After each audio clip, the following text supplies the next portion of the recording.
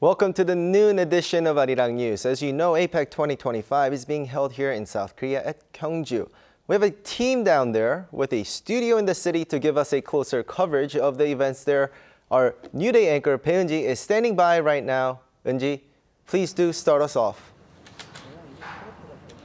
Right, Toyeon, I'm here at Arirang TV's special studio set up here in Gyeongju. The Gyeongju APEC International Convention Center, you can see, is right behind me, where the APEC Leaders Meeting is currently taking place. Security has been heightened since this morning, and there's a large number of police officers on alert as world leaders are here in Gyeongju, arriving at the venue for the event. So the two-day APEC Leaders Meeting, the main event of APEC 2025 Korea, officially kicked off with its first session this morning. Now, this marks President Lee Jae-myung's debut as host of a multilateral event. For more on this, let's now go live to the International Media Center in Gyeongju, where our presidential office correspondent Song Yoo-jin is standing by with the latest. Yoo-jin. Good afternoon, Ji. So, as chair of this year's APEC Leaders Meeting, President Lee Jae-myung kicked off the meeting's first session towards a more connected, resilient region and beyond with his opening address. There, the president underscored the importance of regional economic cooperation at a time of growing challenges. First, take a listen. 자유무역 질서가 거센 변화를 맞이하며 글로벌 경제의 불확실성이 심화되고 무역 및 투자 활성화에 동력이 떨어지고 있습니다. 인공지능으로 대표되는 기술혁명은 우리에게 전례 없는 위기이자 동시에 전례 없는 가능성을 선사합니다. 협력과 연대만이 우리를 더 나은 미래로 이끄는 확실한 해답입니다. So this session focused on promoting trade and investment, enhancing regional economic connectivity, and strengthening public-private cooperation to unlock growth potential.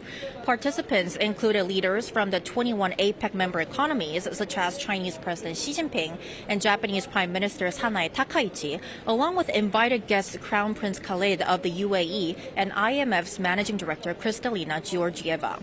Now, President Lee will soon meet with the APEC Business Advisory Council over lunch. As for the latest, there he is expected to stress the importance of public-private partnerships to really boost the Asia-Pacific's economic growth and also outline his administration's policies on AI and demographic challenges, which are key topics that are expected to be discussed during tomorrow's second session of the leaders' meeting. Right, Yoo-jin, and the president has been holding several bilateral meetings over the past few days, right? What can we expect on that front today? So we've heard from the presidential office that President Lee will be holding bilateral talks with the UAE's Crown Prince, the IMF's managing director, as well as the leaders of Chile and the Philippines. Now, as of yesterday, the president has held summits with 7 world leaders, including his first summit with newly elected Japanese Prime Minister Sanae Takaichi last evening. 격변하는 국제 정세 그리고 통상 환경 속에서 한국과 일본은 이웃 국가이자 공통점이 참으로 많은 나라입니다. 그래서 한일 양국이 그 어느 때보다 미래지향적인 협력을 강화해야 될 때라고 생각합니다. South Korea and Japan are important neighbors. As we mark the 60th anniversary of normalizing our diplomatic ties, I believe building a stable, future-oriented partnership will serve both our nations well. Now, beyond the series of bilateral talks, the president will have more opportunities to interact with his APEC counterparts later today when he hosts the Economic Leaders Gala tonight. Back to you, Eun-ji. All right, Yoo-jin, thank you for the wrap-up. Do keep us updated. And meanwhile, APEC attention shifted to South Korea's southern port city of Busan yesterday, where U.S. President Donald Trump and Chinese President Xi Jinping met to get down to trade business and managed to reach a consensus on trade issues. Our Kim Bo-kyung reports. The two leaders of the world's largest economies met each other for the first time in over 6 years. At Daremaru facility located within the Republic of Korea Air Force Base at Gimhae International Airport, the mega event of Trump-Xi meeting was held on Thursday, with the summit going on for around 100 minutes. During his opening remarks, President Trump praised Xi as a great leader and said the two countries will continue to have fantastic ties. Xi, in response, said that the two leading economies in the world having friction is normal, as each nation has different national conditions. And we will be having some discussions. I think we've already agreed to a lot of things, and we'll agree to some more right now. I always believe that China's development goes hand in hand with your vision to make America great again. Our two countries are fully able to help each other succeed and prosper together. According to a short media briefing during his way back home aboard the Air Force One, Trump said the rare earth issue is settled. China reportedly decided to defer its export controls on rare earths for a year to avoid the tariffs that Trump has threatened to impose on Chinese goods. In response to Beijing agreeing to help the U.S. address the fentanyl problem, Washington agreed to reduce fentanyl-related tariffs Trump imposed from the current 20% to 10%. Trump also announced that China would immediately resume purchases of U.S. soybeans. While saying the meeting was a 12 on the scale from 0 to 10 and 10 being the best, Trump said he is to visit China in April next year, after which President Xi plans to visit either Palm Beach, Florida, or Washington, D.C. Regarding any meeting with North Korean leader Kim Jong-un, Trump said he was too busy to have a chance to talk to him, as the purpose of the visit was talks with Xi, and that he intends to come back to see Kim again. Kim Bo-kyung, Arirang News. Here in Gyeongju, global tech giants including Google, Microsoft, and TikTok stress the need for global cooperation against the digital world. Our economic correspondent Moon Ji-young tells us more. No significant progress can be made without robust cooperation. This message resonated throughout all sessions of the APEC CEO Summit Korea on Thursday, as global tech and business leaders convened to discuss critical issues facing the digital world. Microsoft emphasized that a critical aspect of artificial intelligence adoption is ensuring its opportunities reach the broadest possible population, which should require robust infrastructure investments alongside local company collaborations. I think one of the things that we've been very conscious of is ensuring that we don't expand the digital divide. I think the lesson is really thinking about how do you create the most fairly inclusive areas to grow technology adoption, and that way society as a whole benefits. He further underscored the vital role of public-private partnerships in preventing AI from widening the digital divide. Another tech giant, Google, also identified AI as a tool of potential. AI is global. Our regulatory frameworks must be as well. By building on common international standards, we can mitigate risks without stifling innovation, creating the public trust necessary for widespread adoption. Success in the AI era will require all of us to work in partnership. Social media giant TikTok also underscored that unlocking digital opportunities across the APEC region fundamentally requires trust-led growth. At TikTok, we realize that trust cannot be assumed. It must be earned every single day through our actions, our transparency, and our partnerships. Building a digital ecosystem that people feel safe to participate in requires more than just policy statements. It demands consistent investment, collaboration with local experts, and product design that is grounded in user well-being. He also cited K-culture as a powerful example, driving massive commerce with K-pop, food, drama, and beauty trends thriving on TikTok. What these global tech leaders underscored wasn't just advanced tech, but the importance of a sustainable, responsible, and future-oriented digital ecosystem. 문지영, Arirang News, Gyeongju. And as this year's APEC CEO Summit comes to an end here in Gyeongju, discussions on artificial intelligence were at the center of the event. Now, to take a closer look, our economic correspondent Park Jun-an spoke with Deloitte's global AI leader. With global business leaders gathering here at the APEC CEO Summit Korea 2025 in Gyeongju to discuss the future of the world economy going forward, artificial intelligence, or AI, was one of the key phrases discussed by speakers. And in light of this year's CEO Summit had Deloitte as its exclusive knowledge partner, with its global AI leader Nitin Mittal telling Arirang News that South Korea has the potential to become a leader in AI.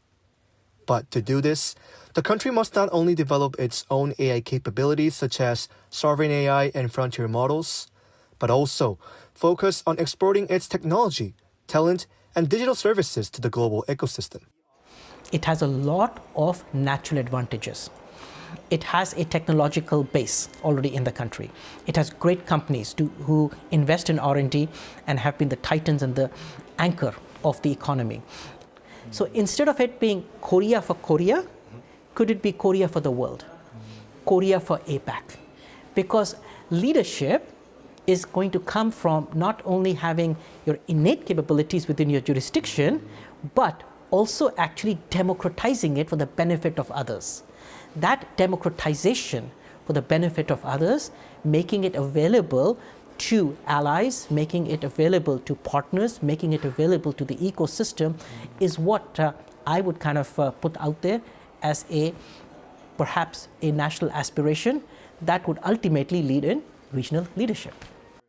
Mittal also touched upon South Korea's sovereign AI model, which serves as a crucial pillar of President Lee Jae-myung's broader pledge to invest 100 trillion Korean won, about $70 billion, in advancing the nation's AI ecosystem and building a system accessible to all Koreans during his term. There has to be the means of having some kind of a national AI infrastructure so that you're not just 100% reliant on others. It also means having a focus on R&D to have your frontier models, not for the purposes of actually kind of having something that is competitive to what is out there, but for the sheer need for cultural preservation.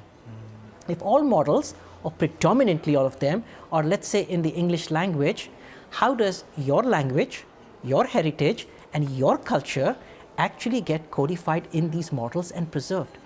That is part of sovereignty too.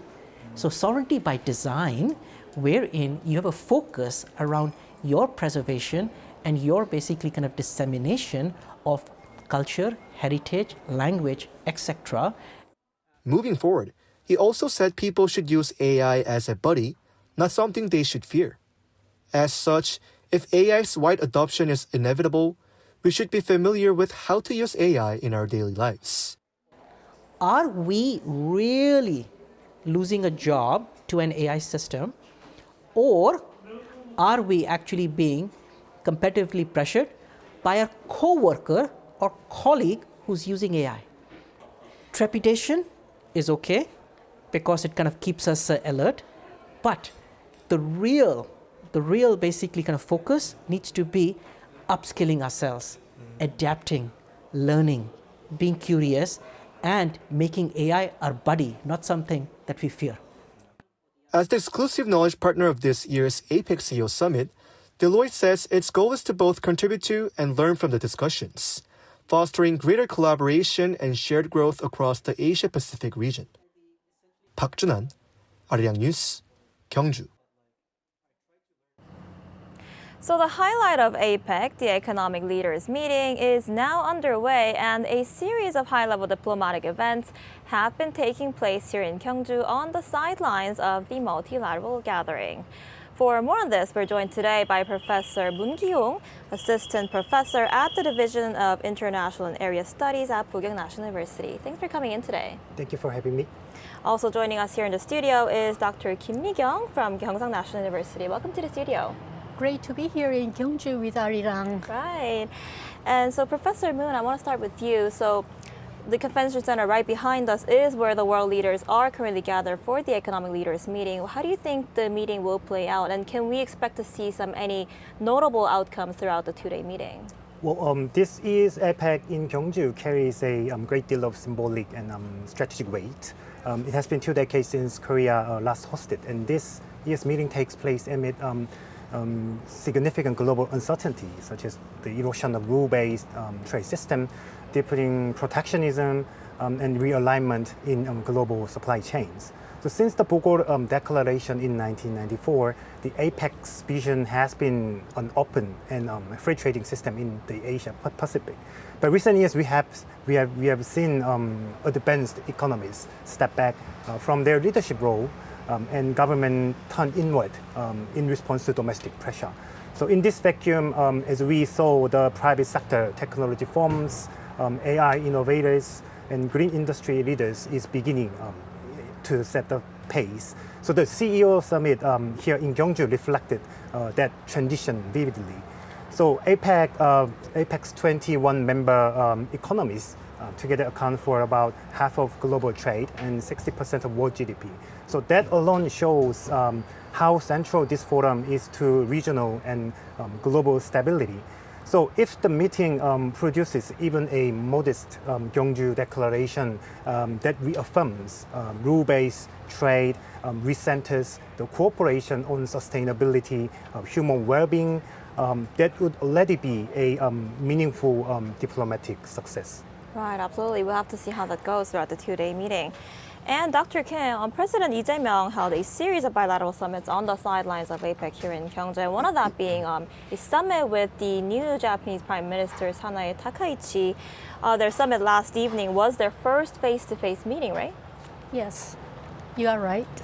They actually almost met in Kuala Lumpur, Malaysia for ASEAN summit meetings, but Madam Prime Minister had to leave early because she had to prepare for the upcoming trip by American President Donald Trump. And yesterday, the two leaders finally met, and I watched the live broadcasting of their summit meeting, and the atmosphere was very friendly and cordial. So I think it went very well. And some of the things they did not talk about were like economy, security, history issues, and it has a lot to do with logistics of the meeting, because the allotted time for their meeting was just half an hour. So when we factor in the time for Korean-Japanese consecutive translation, the two leaders really didn't have sufficient amount of time to talk about other issues. Right. So we'll have to see if they do meet again in the near future. Yes. Right. And Professor Moon, Xi Jinping, the Chinese president, is now in Gyeongju for the meeting. And this morning we saw Xi taking part in the economic leaders meeting along with other world leaders. What might be on the agenda when Xi meets President Lee Jae-myung on Saturday before going back to China?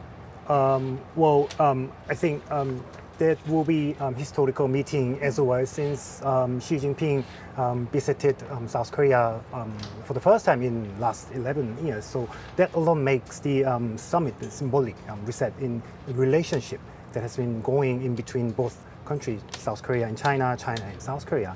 So economically, as President Lee mentioned a couple of days ago, the Lee administration would like to update the FTA, Korea-China FTA, and want to more cooperation in the sector in AI, semiconductors, and green energy. Well, strategically, this summit will be about balancing and reassurance. So President Lee will reaffirm that Korea's engagement with China is complementary, not contradictory, with and its alliance with the United States. And there was a surprising moment that the U.S. Government approved the building nuclear-powered submarine. So that will be some kind of tricky issues, but it's not likely to discuss on the table in honest way. Right, we'll get to that in a moment. And before that, while Chinese President Xi Jinping was here, he also met with U.S. President Donald Trump, and they agreed to sort of ease tensions, with the U.S. Promising to lower tariffs on China, and China promising to sort of ease and pause export controls on rare earth minerals. So what's your take on that? Do you think the trade tensions have now been completely resolved? Well, it might be hard to say that the tension was completely resolved. Well, I guess the atmosphere and then the results were sort of positive, but the substance remained tentative, I guess. So if we look closely at that summit, this is a limited truce, kind of ceasefire, I think, not a structural resolution, because their agreement was not the final decision. And then, according to White House statements or former signed agreements, there were just few countries join this tariff agreement.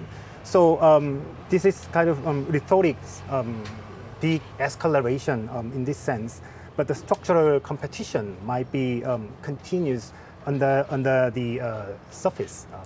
Right. So a lot of things still left to discuss. And Dr. Kim, going back to the summit between Lee and Takaichi, there were concerns that the new Japanese leader would take a hardline stance against historical issues. Although that wasn't mentioned last night's meeting, how do you think the bilateral relations will play out in terms of historical issues? You know, two things that I like to draw our attention to that were mentioned during the short meeting. One was that President Lee's emphasis on the commonalities, not the differences between the two nations. He talked about geographical proximity between Korea and Japan, and he also mentioned too close for comfort kind of phrase when the neighbors are too close to each other, and the occasional conflict and tension between the two countries. He said it's something normal, something natural. And another thing that he mentioned was that, you know, by explaining the symbolic significance of this meeting venue, Gyeongju, he also tried to bring in Madame Prime Minister's hometown, Nara, in order to explain 1,000 years of bilateral history. So that was something really positive.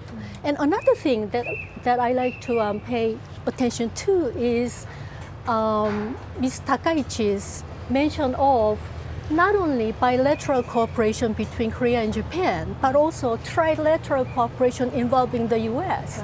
So her primary concern was how to strengthen the security cooperation in the region involving the US. And both of them commonly mentioned the importance of future-oriented relationship between the two countries.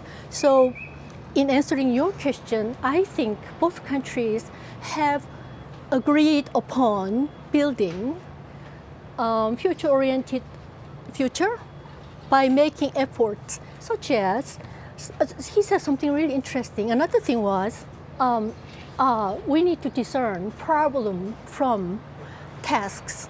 When we have problems between the two countries, we can get together and try to solve it. But when there are tasks to be taken care of, both countries need to cooperate to get the job done. So I think both leaders are on the same page regarding what kind of future they are aspiring for. I see, that's good to hear. We'll have to see how that relations play out. And Professor Moon, President Lee Jae-myung also held a separate meeting with Donald Trump, and many thought a trade deal would be unlikely, but they did manage to reach a deal. What's your take on this? I guess the outcome of the summit between South Korea and the US and South Korea is largely positive, both in tone, in substance. So it demonstrated that its initial, despite its initial skepticism, Seoul and Washington were able to produce tangible progress and more importantly, restore momentum to the economic alliance. So I checked both statements from Blue House and White House, and from Washington's perspective, I guess this summit was about success story in economic diplomacy, as we see from Donald Trump's atmosphere. And from Seoul side, the emphasis was on more about stability and sustainability. So what is remarkable is that two different narratives actually complement each other. For the U.S. focused on the scale and strategic ambition. South Korea focused on structure and the safety. So together, I guess they represented a maturing alliance that combines opportunity and responsibility. Of course, as we often say, the devil is in detail. So translating this broad agreement into operational level will require coordination in a serious way on technology transfer, like industrial participation and fiscal transparency as well. Right, it came to us as a surprise, especially because they have been in negotiations for months now, and it was good to hear that they were able to reach a trade agreement. And Dr. Kim, just before coming to South Korea, U.S. President Donald Trump stopped by in Japan, and while meeting Japan's new leader, they promised a golden age in bilateral relations. What stood out to you the most during their meeting? You know, when I heard the term a golden age, I honestly thought that was hyperbolic euphemism. You know, Madam Prime Minister Takaichi became Japan's leader 10 days ago, and she didn't have sufficient amount of time to say her side of story in what kind of relationship she desires to build with any country in the world. So, you know, I kind of thought that was rhetorical on both ends. But also, you know, we can think of a historical example where the US and Japan did enjoy a golden age. For instance, in early 1980s, Nakasone, Yasuhiro, and American President Ronald Reagan did have a really intimate and trusting relationship where either of them just could pick up the phone and call each other party, and they were on first name basis. That kind of intimacy and trust building, it takes time. So I don't think it's possible at this stage to describe U.S.-Japan relationship as a golden age. I think that is some sort of like wishful thinking on both sides. But, you know, time will tell. So we'll keep on watching, you know, how it's going to evolve. Right, I guess it's too early to tell at this stage. All right, I'm afraid that's all the time we have for today. Thank you, Dr. Kim, for joining us today. And Professor Moon, thank you so much for coming in today. Thank you for having me again. On that note, now that ends our team coverage of APEC-related stories here in Gyeongju for this newscast. Back to you, Doyan. Eunji, thanks for the latest from the venue where the APEC is being held. Now, in other news,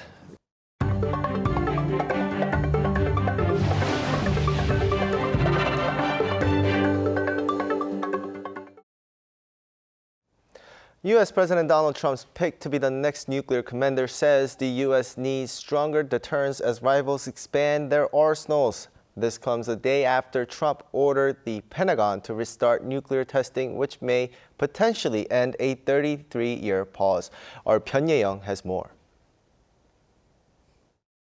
U.S. Strategic Command nominee Vice Admiral Richard Quarles has warned that the nuclear buildup by Russia, China, and North Korea poses a credible threat to the United States and its allies. Speaking at a Senate committee hearing on Thursday, Quarles said all three nations are expanding and modernizing their nuclear forces, from intercontinental ballistic missiles to new submarine-launched weapons and strategic bombers. He stressed that to counter these threats, the U.S. must also sustain and modernize its own nuclear arsenal, including its command, control, and communications network, known as NC3. Quarles said Washington is reviewing its force posture and strategy to cope with an increasingly complex security environment, emphasizing that nuclear modernization is key to maintaining credible deterrence. On China in particular, he noted Beijing's ambitious expansion and diversification of its nuclear forces, saying it underscores the need for a more flexible U.S. deterrent. He also criticized China's refusal to join arms control talks, calling it destabilizing for global security, even as President Donald Trump continues to urge dialogue to reduce the risk of nuclear conflict. His remarks came a day after President Trump announced that he'd ordered the Pentagon to resume nuclear testing, saying Russia and China could reach nuclear parity with the U.S. within 5 years. If carried out, it would mark America's first nuclear test in 33 years, a move that could spark a renewed arms race among the world's major powers. Pyongyang, Arirang News. The head of Nvidia, Jensen Huang, met with the chiefs of Samsung and Hyundai Motor in Seoul on Thursday to discuss future cooperation in artificial intelligence. The business leaders had their conversation over fried chicken and beer. Lee Seung-jae has more. Leaders of Nvidia, Samsung, and Hyundai Motor gathered in Seoul on Thursday to discuss future cooperation in artificial intelligence. Nvidia CEO Jensen Huang met with Hyundai Motor Group Executive Chair Lee Sun-jung and Samsung Electronics Chair Lee Jae-yong at a fried chicken restaurant in southern Seoul, where the three shared beer and conversation. Huang recalled first coming to Korea in 1996 after receiving a letter from the late Samsung chairman Lee Gun-hee, who asked for help in connecting the country through high-speed internet. Huang also presented gifts to Chung and Lee with a message reading "To our partnership and the future of the world." He added that Nvidia has been in talks with Samsung on high-bandwidth memory technology, with further discussions planned. Huang arrived in South Korea earlier in the day to attend the APEC CEO Summit and meet both Korean and global business leaders. It marks his first visit to Korea since 2010. He also attended an event celebrating the 25th anniversary of Nvidia's GeForce graphics processors. On Thursday, Huang will take part in the APEC CEO Summit in Gyeongju, where he is expected to unveil Nvidia's vision for deeper collaboration with South Korean companies. Lee Seung-jae, Arirang News. Meta Platforms announced plans to raise up to $30 billion through a bond sale. According to a Thursday filing, the six-part offering will include maturities ranging from 5 to 40 years. The move comes as major tech firms race to finance the growing costs of building artificial intelligence infrastructure. Meta said its capital spending for next year will be notably larger than in 2025, prompting close investor attention to how quickly these massive AI investments will pay off. Beyond industries and services, artificial intelligence has increasingly become a greater part of consumption in people's daily lives. Looking ahead in various prospects for the trends of 2026, AI undoubtedly plays a big role. But equally strong are keywords that focus on the core of humanity, what makes us and distinguishes us to be human. Our Lee Eun-jin tells us more. Artificial intelligence is no longer an advanced technology beyond reach and has, in fact, settled into becoming a big part of daily life for many people. 올해 재무로는 어떨까? 2025년의 재무로는 전반적으로 상승세를 보일 것으로 예상됩니다. Accuracy aside, I can ask whatever I want without restrictions. It's convenient, so I think I'll use it more often in the future. Meanwhile, artificial intelligence and algorithms have given rise to what's called zero-click consumption, where content is consumed without clicking on a website, making it almost too easy. AI is also expected to be helpful when it comes to consumption, with a trend of decoding the prices of goods to help consumers understand where their money is going and why. An AI transformation is expected to help enhance efficiency for companies too. These keywords weren't created with the intention of reflecting AI's importance. We've been following the same process for the past 10 years. When we laid out the results, it was clear that AI is having a huge impact on us. But also expected to have increased impact on consumption is a greater spread of more humanistic spending, with some sections of society looking to cling on to a simpler way of living. But this will mean that marketing strategies will be utilized to appeal to human emotions, address the loneliness of single-person households, and a growing interest in health and human nature. What's interesting is that even in the face of AI, there are still keywords that emphasize very human, fundamental, and instinctual things. Ultimately, in the face of what's dubbed an AI revolution era, it seems that the various changes brought about by developments in people embracing AI and efforts made to keep societies more human will shape the major consumption trends of societies. 이은진, Arirang News.